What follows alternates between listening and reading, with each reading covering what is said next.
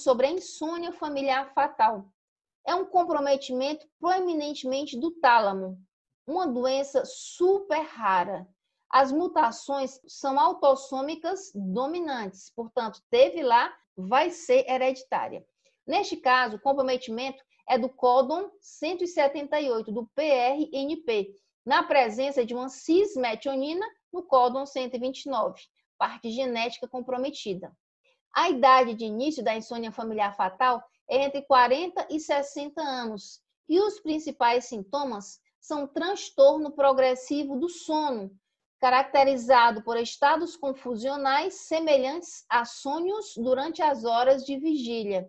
Existe também uma desautonomia, uma alteração do sistema nervoso autônomo, caracterizada por uma pressão arterial irregular, frequência cardíaca alterada, hiperidrose, sua muito, lacrimejamento excessivo.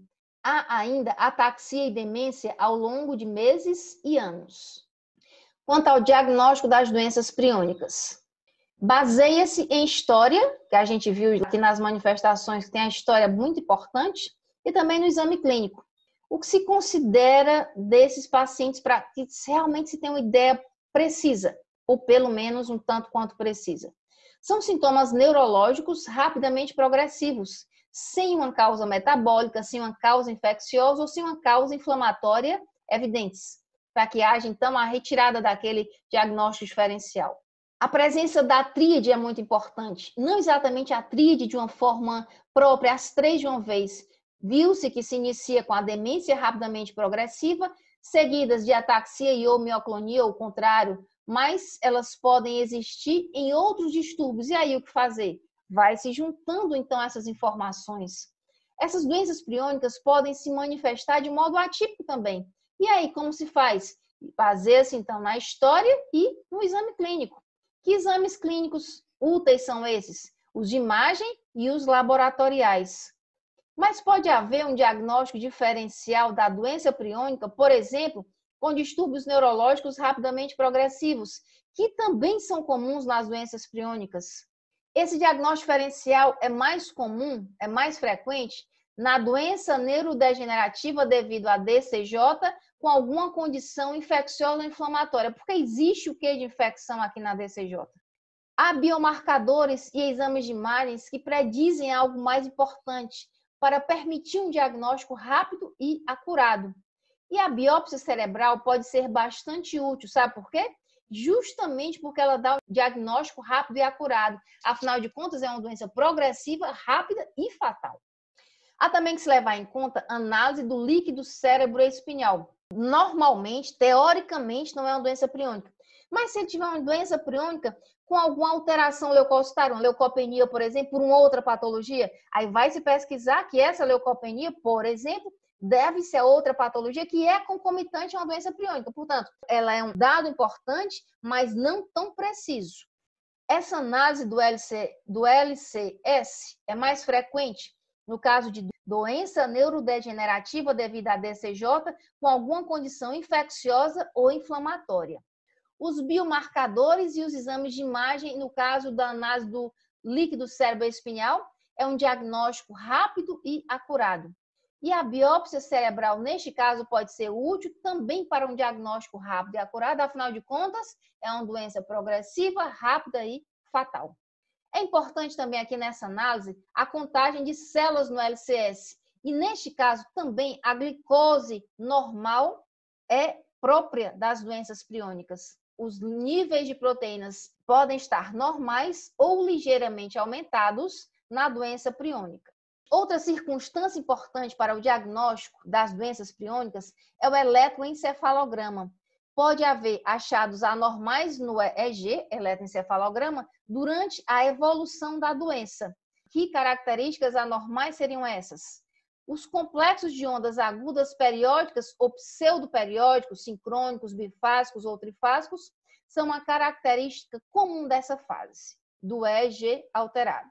Para o diagnóstico, também pode-se utilizar exames de neuroimagem, doença neurodegenerativa. E neste caso, a ressonância magnética é um marcador bastante confiável, principalmente a nível de encéfalo.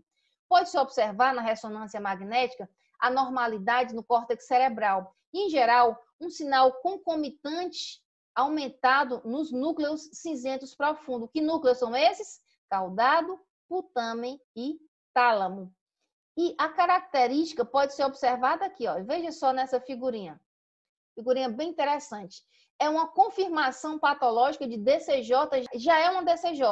Há um comprometimento variável do córtex e dos núcleos da base de diferentes indivíduos afetados. Aqui no plano axial, anormalidade significativa tanto nos núcleos da base quanto no córtex. Você observa aqui, está uma coisa mais escurinha aqui, você já vai observando aqui essa degeneração. Um hipersinal nos núcleos da base, dá para observar aqui. Aqui observa-se a atrofia cortical bem característica. Então, é uma confirmação patológica, já é uma DCJ, e ele está só confirmando aqui na ressonância os sinais e a atrofia. Pode-se também, dentro do diagnóstico, fazer uma interpretação que exige uma situação clínica apropriada, mas é DCJ, é outra patologia, mas não diminui a necessidade de exames adicionais. Tem a conversa com o paciente e tem os exames pregressos para levar em conta. A clínica é sempre soberana em todos os casos. A biópsia cerebral tem o potencial de oferecer diagnóstico definitivo da doença priônica, pois permite achados que podem ser desde sutis até proeminentes. Neste caso, correspondem a alterações espongiformes, que podem ser observadas como vacuolização difusa do neurópilo, graus variáveis de glicose astrocítica ou perda neuronal. Neste último caso, tem-se a imagem para se detectar. A e B mostram cortes histológicos corados do córtex frontal e do córtex cerebelar. A frontal, B cerebelar. Corados por hematoxilina, que é eosina e Luxol, Fast-Blue, que são os corantes básicos. A está orientado com a substância branca na parte superior e superfície da pia mater na parte inferior. E A mostra uma vacuolização proeminente da substância cinzenta, mais proeminente do que a substância branca, típica de alteração espongiforme, relacionada a prion, como se pode observar. E B está orientada com a camada molecular cerebelar na parede superior e a camada de células granulares na parte inferior. Portanto, B mostra uma alteração espongiforme mínima, aqui como você pode observar. Alteração mínima, porém com placa de Curu proeminente, como se pode observar aqui nessa seta. Ademais, tem-se também para o diagnóstico testes genéticos, pode ter aquela DCJ familiar. E esses testes permitem o diagnóstico definitivo em casos de doença priônica de herança familiar.